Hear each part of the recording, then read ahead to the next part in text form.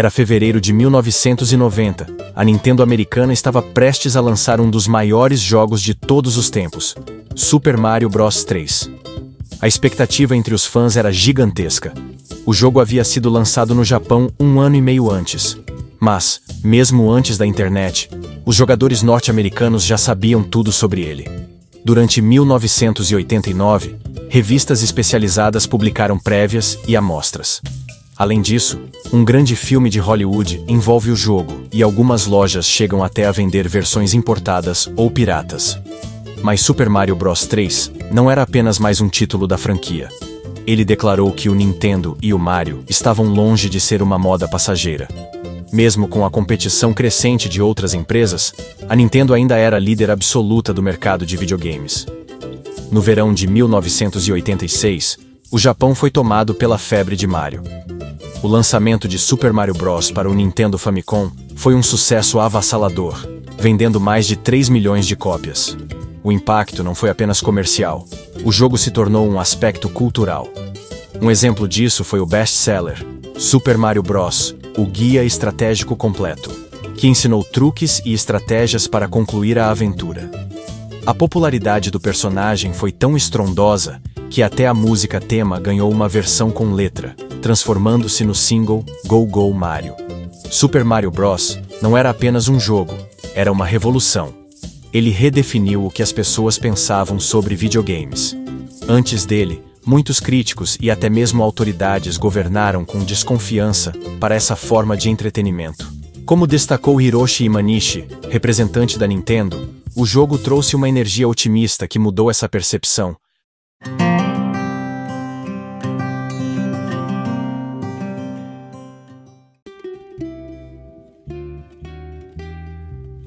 Com tamanha aclamação, era óbvio que uma sequência estava por vir. Super Mario Bros. 2 chegou ao Famicom em junho de 1986, menos de um jogo após o lançamento do primeiro. Estava no sistema de disquetes da Famicom, que permitia produzir jogos mais novos, baratos e com maior capacidade de armazenamento do que os cartuchos tradicionais. Apesar do sucesso comercial, com mais de 2 milhões de cópias vendidas, Super Mario Bros. Gerou polêmicas. Muitos fãs esperavam algo mais inovador. O jogo foi considerado extremamente difícil e, visualmente, não trouxe grandes avanços em relação ao anterior. A própria Nintendo não hesitou em classificar o segundo jogo da franquia como sendo para super jogadores, evidenciando o alto nível de desafio que ele apresentou.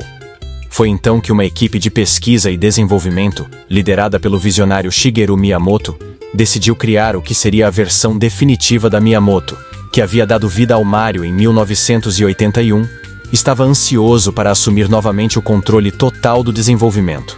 Ele havia se afastado parcialmente durante a criação de Super Mario Bros. 2, devido às responsabilidades de sua paternidade. Mas agora, retornava com toda a força. A produção de Super Mario Bros. 3 reuniu uma equipe de talentos exclusivos. Entre eles, Takashi Tezuka, que desempenhou um papel fundamental como diretor do jogo. Tezuka, já experiente após seu trabalho em Super Mario Bros. 2, estava preparado para enfrentar o desafio de criar algo verdadeiramente inovador.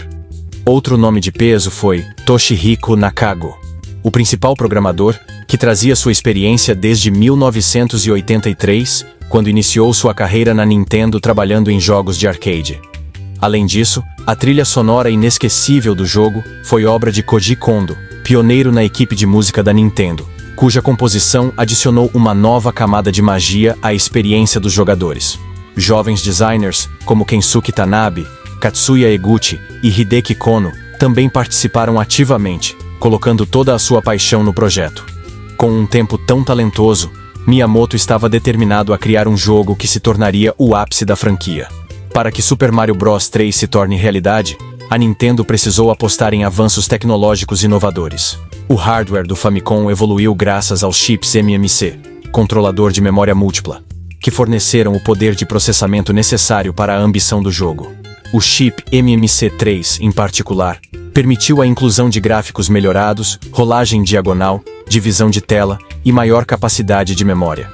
Esses avanços possibilitaram à equipe explorar novas ideias, Takashi Tezuka, por exemplo, deixou claro que queria evitar repetir fórmulas já usadas. Ele afirmou: "Criamos Super Mario Bros. 2 mudando a dificuldade do original e redesenhando as fases, mas desta vez, queríamos mudar T." No início do desenvolvimento, a equipe chegou a testar uma perspectiva isométrica para o jogo, mas Shigeru Miyamoto rejeitou a ideia. Ele acreditava que essa abordagem teria uma jogabilidade fluida e intuitiva, que era uma marca registrada de Mario. Essa ideia de perspectiva isométrica foi descartada porque alterava a sensação de profundidade e tornava mais difícil controlar o personagem. A equipe projetou manter a perspectiva lateral clássica, que já era marca registrada da série. A filosofia da equipe era criar jogos atléticos, onde o personagem pudesse correr livremente, pular com facilidade e interagir com o cenário de forma dinâmica. Miyamoto acreditava que esse estilo agradaria tanto aos jogadores iniciantes quanto aos mais experientes, garantindo diversão sem se tornar monótono. Assim, a equipe focou em tornar Super Mario Bros. 3 ainda mais. No quesito gráfico, o jogo recebeu uma transformação completa. Diferente dos títulos anteriores, todos os elementos, desde personagens e inimigos até itens e ambientes, foram redesenhados. A estética mais fofa e detalhada refletia a visão de Takashi Tezuka, que acrescentava expressividade aos objetos, fazendo com que até árvores e arbustos parecessem vivos. O mundo de Mario tornou-se mais vibrante e teatral, com toques como cortinas subindo para revelar novas fases e plataformas suspensas, e blocos parafusados no fundo. Mario agora tinha 8 mundos para explorar, cada um com um tema único, como campos de grama, desertos quentes, oceanos profundos, céus infinitos, reinos de gelo e labirintos misteriosos. Para conectar essas áreas, a equipe criou um mapa visto de cima, permitindo que os jogadores escolhessem o caminho a seguir até o objetivo final. Alguns dizem que a ideia desses mundos interligados pode ter sido inspirada por uma viagem de Miyamoto e sua equipe aos Estados Unidos, onde visitaram locais como Nova York, São Francisco e Disney World, em Orlando. A estrutura do jogo, com diferentes mundos conectados por castelos, lembra o layout do parque da Disney, onde o castelo da Cinderela serve como ponto central para explorar as diversas áreas. Embora isso nunca tenha sido confirmado oficialmente. Além dos gráficos e mapas inovadores, Super Mario Bros. 3 trouxe novidades. No entanto, voar foi considerado um poder muito forte. Para equilibrar o jogo, os programadores impuseram regras. Mario só poderia voar após pegar impulso correndo, e a habilidade seria temporária. Outras transformações incluíram uma roupa de sapo, que permitia saltar mais alto e nadar rapidamente, mas diminuía sua velocidade em terra firme, uma icônica vestimenta de martelo, que dá a Mario a habilidade de lançar martelos poderosos e se proteger com um casco resistente ao fogo. Entre todas as transformações, uma das mais marcantes foi a de Tanuki, inspirada no folclore japonês. Essa roupa mágica permitiu que Mario se transformasse em uma estátua, tornando-o invulnerável por alguns instantes. Embora Miyamoto inicialmente achasse que a ideia poderia parecer estranha para jogadores fora do Japão, ele ficou tão encantado com o conceito que decidiu mantê-lo no jogo. Com tantas novas habilidades, a Nintendo também criou novos inimigos para desafiar os jogadores. Os clássicos Goombas, Koopa Troopas e Hammer Bros estavam de volta, mas agora dividiam espaço com vilões inéditos, como os Boom Booms, Spikes e a temida Big Bertha. Muitos desses personagens nasceram de experiências pessoais dos desenvolvedores. Por exemplo, os Chain Chomps foram inspirados em um cachorro agressivo que Miyamoto fez em sua infância. Já os chefes foram criados a partir de uma situação engraçada envolvendo a esposa de Takashi Tezuka, que normalmente era tímida, mas perdeu a paciência quando ele começou a trabalhar muitas noites seguidas. Os 7 novos chefes Koopa também trouxeram desafios únicos, sendo desenvolvidos por jovens e talentosos designers da equipe P&D4. Cada um deles foi cuidadosamente projetado para testar as habilidades do jogador, enquanto Mario avançava pelos diversos mundos de Super Mario Bros. 3. Em janeiro de 1990, os assinantes da revista Nintendo Power receberam uma edição muito especial, uma prévia oficial do jogo, repleta de informações exclusivas sobre o processo de desenvolvimento. Para os fãs, isso fez apenas uma coisa: O lançamento estava muito próximo. No mês seguinte, em fevereiro, Super Mario Bros. 3 finalmente chegou às lojas da América do Norte, com um preço inicial de $49,95. A resposta foi imediata e avassaladora. Em apenas 2 dias, 250 mil cópias foram vendidas, e o estoque do jogo se esgotou rapidamente. A alta demanda era tão intensa que as lojas ficavam sem unidades no mesmo dia em que recebiam os carregamentos. Cada conexão que recebemos é sobre a Nintendo e o Super Mario Bros. 3, relatada por um funcionário da loja Toys R Us, em Chicago. Nunca sabemos quando o jogo vai chegar, mas sempre se esgota no instante em que recebemos. Para aqueles que conseguem colocar as mãos em uma cópia, o jogo foi considerado um dos melhores já lançados pela Nintendo. Em março do mesmo ano, mais de 700 mil unidades já haviam sido vendidas, e a Nintendo da América deu início a uma campanha de marketing agressiva, investindo impressionantes $25 milhões. Comerciais invadiram as TVs, e promoções foram realizadas em parceria com grandes empresas, como a rede de fast food McDonald's, que lançaram brindes temáticos de Mario em seus combos Happy Meal. Essa estratégia de marketing ajudou a consolidar o impacto cultural de Super Mario Bros. 3, transformando o jogo em uma característica que transcendia as telas e chegava ao cotidiano das pessoas. O sucesso foi tão grande que as especificações da Nintendo, o Nintendo World Championships, um evento de competição que percorre diversas cidades dos Estados Unidos, reunindo fãs para testar suas habilidades em uma versão especial do jogo. O campeonato não apenas atraiu multidões, como também reforçou o status de Mario como um ícone global. A campanha publicitária também incluiu o lançamento de The Wizard, um filme de Hollywood lançado no final de 1989, que serviu como uma espécie de longa-metragem promocional para o jogo. No filme, um dos momentos mais marcantes foi quando o protagonista revelou o uso da flauta mágica em Super Mario Bros. 3, causando um burburinho enorme entre os fãs e aumentando ainda mais a ansiedade pelo lançamento oficial.